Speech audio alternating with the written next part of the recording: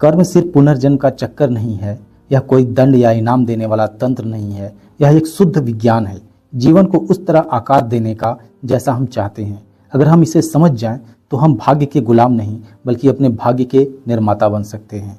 सद्गुरु यही सिखाते हैं, कर्म का सही अर्थ, इसका विज्ञान और इसे कैसे अपने पक्ष में मोड़े।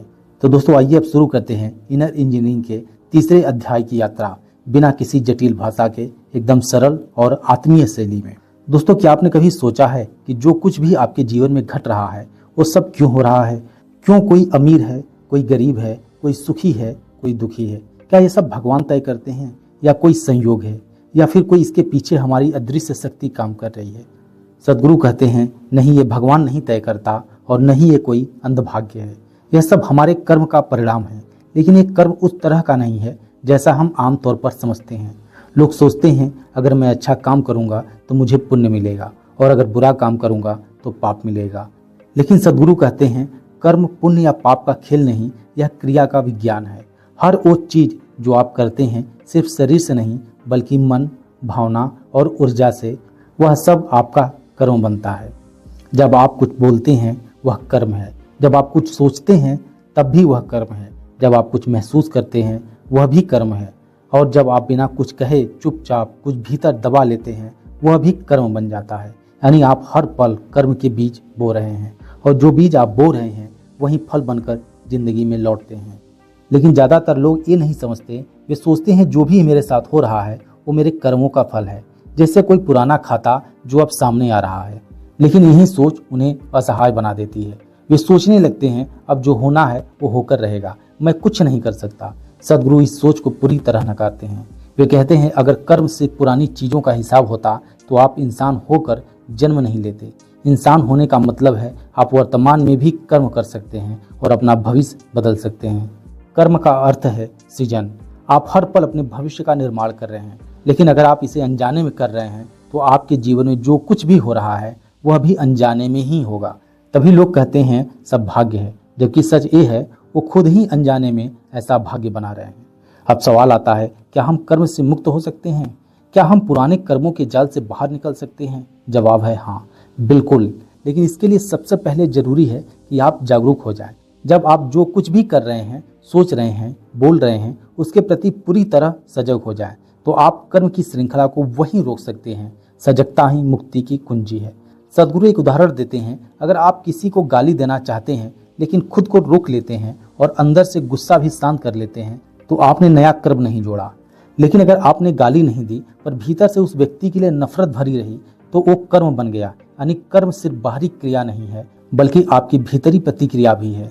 इसीलिए इनर इंजीनियरिंग का लक्ष्य है आपको अपने भीतर ढांचे का इंजीनियर बनाना।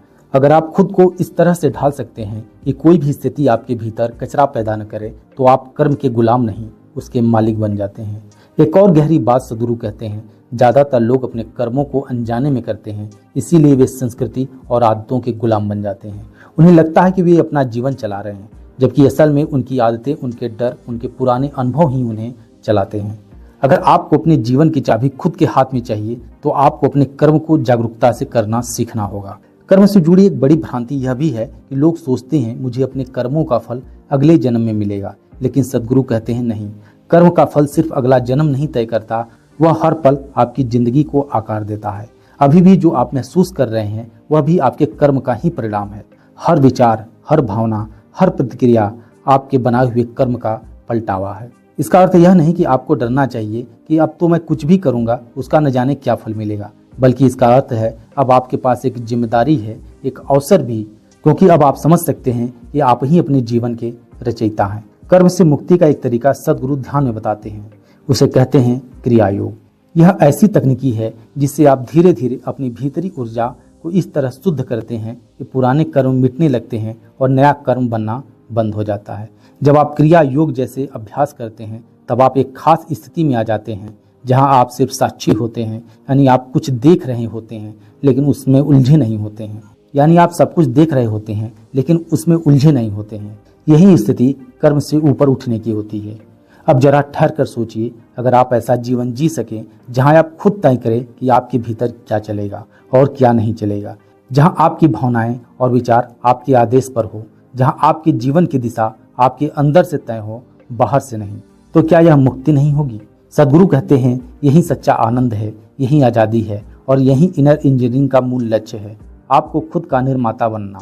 जब तक आप सिर्फ शरीर और मन की पहचान में फंसे रहेंगे तब तक आप बार बार कर्म के जाल में फंसेंगे।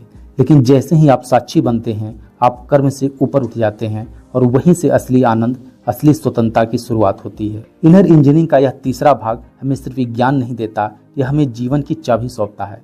यह कहता है अब आगे जो भी होगा तुम ही जिम्मेदार हो।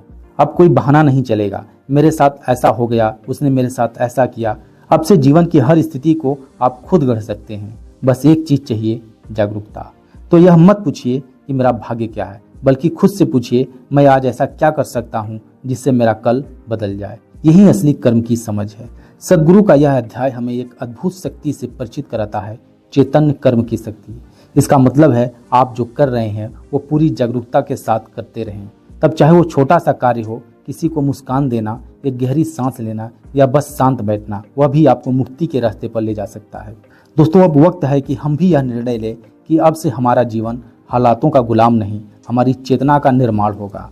और यही इनर इंजीनियरिंग का सबसे बड़ा संदेश है।